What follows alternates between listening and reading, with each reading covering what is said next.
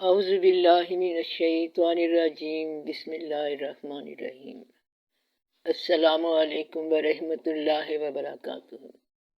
کسی بیٹے یا بیٹی نے ایک سوال پوچھا ہے کہ اللہ نے دماغ کی تخلیق کی جبکہ اللہ اس کی انتہا سے واقفیت رکھتا ہے، اس کے باوجود اس کی تخلیق کی۔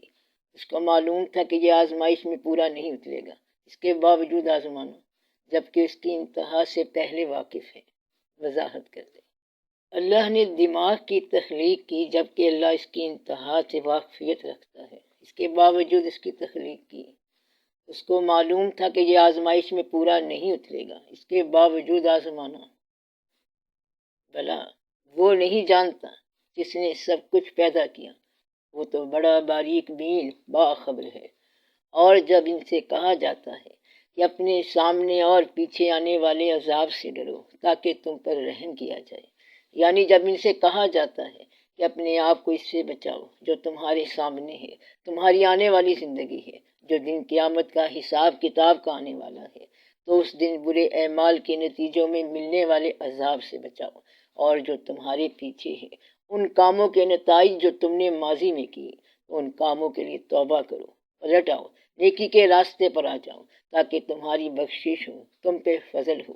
اور ان کے پاس ان کے رب کی نشانیوں میں سے کوئی دلیل نہیں آتی جس سے وہ منہ پھیر لیتے ہیں، کہتے ہیں کہ یہ تو پہلے لوگوں کی کہانیاں ہی ہیں، اور کہتے ہیں ہمارا یہی دنیا کا جینا ہے، ہم مرتے ہیں اور جیتے ہیں اور زمانہ ہی ہمیں ہلاک کرتا ہے۔ اور جب ان سے کہا جاتا ہے کہ اللہ کے رزق میں سے کچھ خرچ کیا کرو، تو کافر مسلمانوں سے کہتے ہیں کیا ہم انہیں کھلائیں؟ اگر اللہ چاہتا تو خود اسے کھلا سکتا تھا۔ یعنی اللہ نے دماغ کی تخلیق کی جبکہ اللہ اس کی انتہا سے واقفیت رکھتا ہے، اس کے باوجود اس کی تخلیق کی۔ اس کو معلوم تھا کہ یہ آزمائش میں پورا نہیں اترے گا، اس کے باوجود آزمانا۔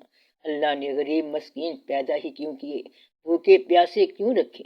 اگر اسے پتا تھا کہ لوگ انہیں نہیں کھلائیں گے تو فرشتوں نے کہا کیا تو زمین میں ایسے شخص کو نائب بنانا چاہتا ہے جو فساد پھیلائے اور خون بہائے؟ تو اللہ نے فرمایا میں جو کچھ جانتا ہوں وہ تم نہیں جانتے، کہ ہم نے انسان کو نطفے کے مرکب سے پیدا کیا، ہم اس کی آزمائش کرنا چاہتے تھے، بس ہم نے اسے سننے والا دیکھنے والا بنا دیا۔ انسان پیدا ہونے سے پہلے بھی موجود تھا لیکن ظہور میں نہیں آیا تھا۔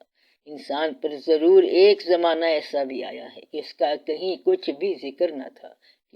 کیونکہ تمہیں مٹی سے بنایا، مٹی ایک بے جان چیز جس میں حیات اور حرکت کا کوئی اثر نہیں، تو پھر اس لیے انسان پر ضرور ایک ایسا زمانہ بھی آیا ہے کہ اس کا کہیں کچھ بھی ذکر نہ تھا۔ تو پھر ذکر کب ہوا؟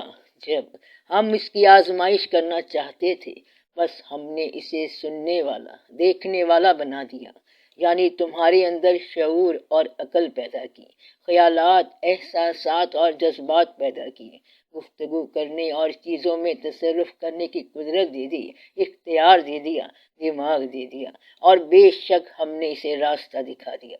یا تو وہ شکر گزار ہے اور یا ناشکراں کہ تم وہ تھے جس میں کوئی حرکت نہ تھی، کوئی خواہش نہ تھی، کوئی حیثیت نہ تھی، تمہیں زندگی دے دی، حرکت دے دی، نام دے دیا، ہستی بنا دی، تو اس کا شکر کرو گے، قدر کرو گے، یا پرواہ نہیں کرو گے کہ پھر اس کو اس کی بدی اور نیکی سمجھائی؟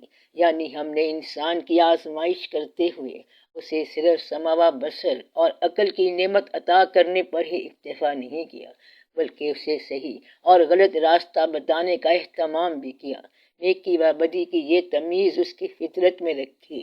فطرت انسان کی ایسٹرل باڈی، یعنی انسان کا مثالی وجود، یہ وجود جب انسان کے ظاہری وجود میں اتارا گیا تو وہ مقام دماغ ہے۔ انسان اپنا ہر عمل اپنے دماغ کے تحت سر انجام دیتا ہے۔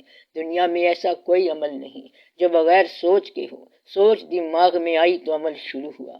ہر عمل کے دو پہلو ہیں، ایک اچھائی کا، ایک برائی کا، اور انسان کو اپنے دماغ پہ تصرف دیا گیا کہ ان دونوں پہلو میں سے کسی بھی راستے پر چل سکتے ہو۔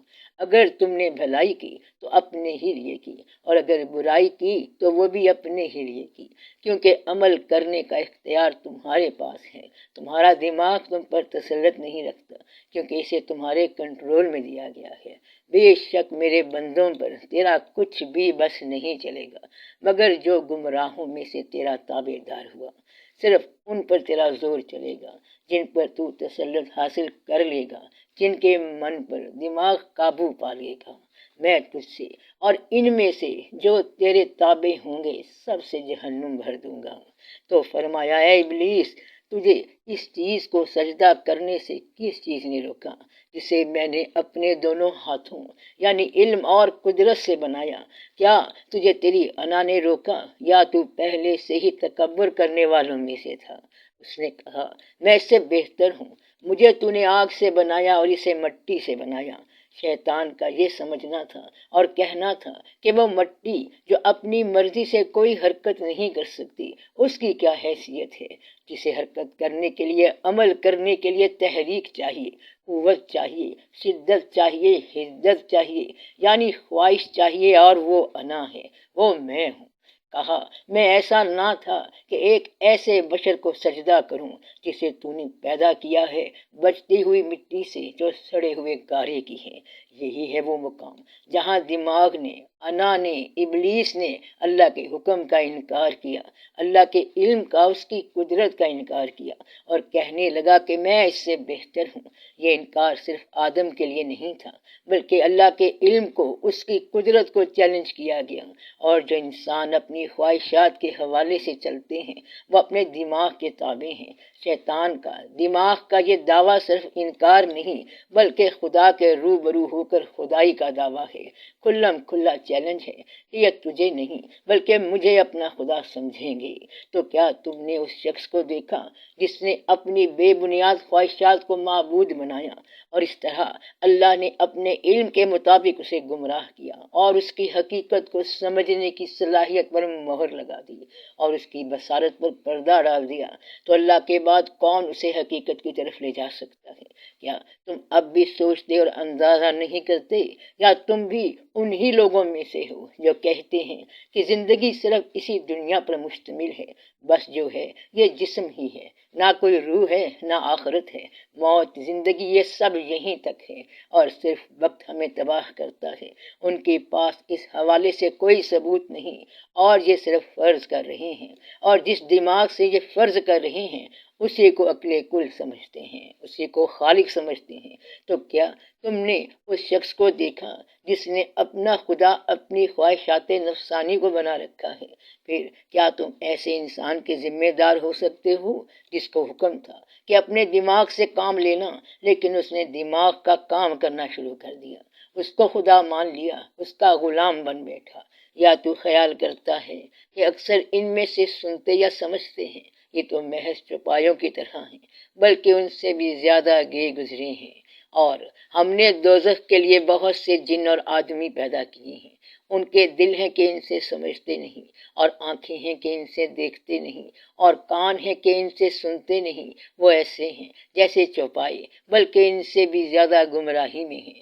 یہی لوگ غافل ہیں۔ اب غور کیجئے کہ ہم نے دوزخ کے لیے ایسے دماغ اور انسان چن رکھے ہیں جن کے پاس دل ہے، یعنی اپنی پیدائشی فطرت ہے، لیکن اس سے کام نہیں لیتے، اچھائی برائی میں فرق نہیں کرتے۔ ان کے پاس آنکھیں ہیں جس سے دیکھ رہے ہیں کہ یہ کام غلط ہے، اور ہم سے پہلے دنیا میں یہ کام جس نے کیے ان کا انجام بہت برا ہوا، لیکن پھر بھی آنکھوں سے کام نہیں لے رہے۔ ان کے کان ہیں جس سے یہ سنتے ہیں اللہ کے بڑے بڑے دنوں کے بارے میں، جب بڑی بڑی قومیں اپنے دماغوں کے غلط استعمال کی وجہ سے، برائی کا راستہ اپنانے کی وجہ سے کیسے کیسے ہلاک ہوئیں، لیکن یہ سن کے بھی انسنے کر دیتے ہیں کہ ہم سے ایسا کچھ نہیں ہوگا۔ ان کا دماغ انہیں یہ تدبیر بتاتا ہے کہ ہم قدرت کے کسی بھی قانون کو توڑ سکتے ہیں۔ تو یہ ایسے ہیں جیسے جانور جنہیں عقل نہ ہو، جن کی اپنی کوئی شناخت نہ ہو، تو ان کی طرح نہ ہو جانا۔ جنہوں نے اللہ کو بھلا دیا، پھر اللہ نے بھی ان کو ایسا کر دیا کہ وہ اپنے آپ ہی کو بھول گئے۔ یہی لوگ نافرمان ہیں۔ تو اللہ نے دماغ کی تخلیق کی، جبکہ اللہ اس کی انتہا سے واقفیت رکھتا ہے۔ اس کے باوجود اس کی تخلیق کی، اس کو معلوم تھا کہ یہ آزمائش میں پورا نہیں اترے گا۔ آزمائش انسان کی ہے، دماغ کی نہیں۔ دماغ بنایا ہی اس لیے گیا تاکہ انسان کی آزمائش ہو، اور اس منہ زور گھوڑے کو قابو کرنے کا طریقہ اللہ کریم نے انسان کی فطرت میں رکھا، اسے اس کی اچھائی برائی سمجھائی۔ انسان کی آزمائش کیا ہے کہ اچھے راستے پر چلنا، نیک کام کرنا، سچائی کا ساتھ دینا، لوگوں سے حسن سلوک کرنا، اخلاق سے رہنا، مخلوق خدا کی خدمت کرنا، امانت میں خیانت نہ کرنا، اپنے فائدے کے لیے کسی کو دکھ نہ پہنچانا، یتیم کا مال مت کھانا، بے حیائی کے قریب مت جانا، والدین کی عزت کرنا، مشکل وقت پڑے تو صبر کرنا، نیک اعمال کے لیے کوشش کرنا، بڑوں کا ادب کرنا، چھوٹوں سے شفقت کرنا، بھوکے کو کھانا کھلانا، یہ سب اللہ کی رضا کے کام ہیں۔ تو کیا یہ ایسے کام ہیں جس آزمائش میں انسان پورا نہیں اتر سکتا؟ اپنے دماغ پہ، اپنے لالچ پہ، اپنی خود غرضی پہ، اپنی بے رحمی پہ، حسد پہ قابو نہیں پا سکتا، یا پرہیزگار نہیں بن سکتا؟ تو کیا وہ یہ خیال کرتا ہے کہ اس کا اعمال اسے سدا رکھے گا؟ اور بڑے بڑے محل بناتے ہو، شاید کہ تم ہمیشہ رہو گے۔ کیا تمہیں ان چیزوں میں یہاں بے فکری سے رہنے دیا جائے گا؟ اور اس سے ڈرو جس نے تمہاری ان چیزوں سے مدد کی ہے جنہیں تم جانتے ہو، جس نے تمہیں دیکھنے کو آنکھیں دی، سننے کو کان دیے، سمجھنے کے لیے شعور دیا۔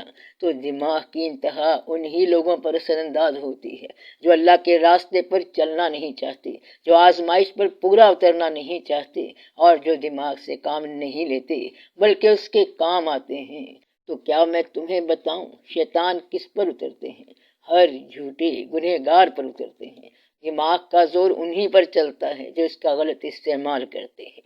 پرہیزگاری یا فقیری ہے ہی اسی چیز کا نام کہ اپنی خواہشات پہ، اپنے نفس پہ، اپنے دماغ پہ قابو پا لینا۔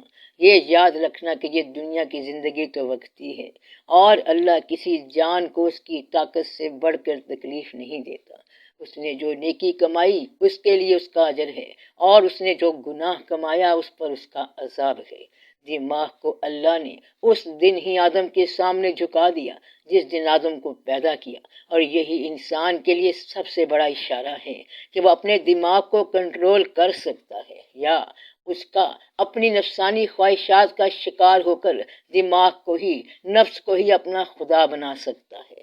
اختیار انسان کے پاس ہے کہ وہ جو بھی چاہے راستہ چن سکتا ہے۔ کوئی شے، کوئی چیز انسان پر اللہ کے بعد حاوی نہیں ہو سکتی اگر وہ خود حاوی نہ کرے۔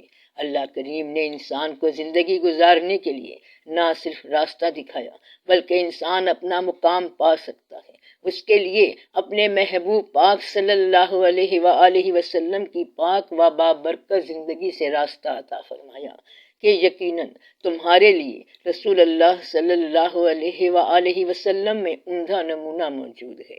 ہر اس شخص کے لیے جو اللہ تعالیٰ کی اور قیامت کے دن کی توقع رکھتا ہے اور بکثرت اللہ تعالیٰ کی یاد کرتا ہے، تو سب کا بھلا، سب کی خیر۔ جیتے رہو بہن بھائیوں، بیٹے بیٹیوں، فی امان اللہ۔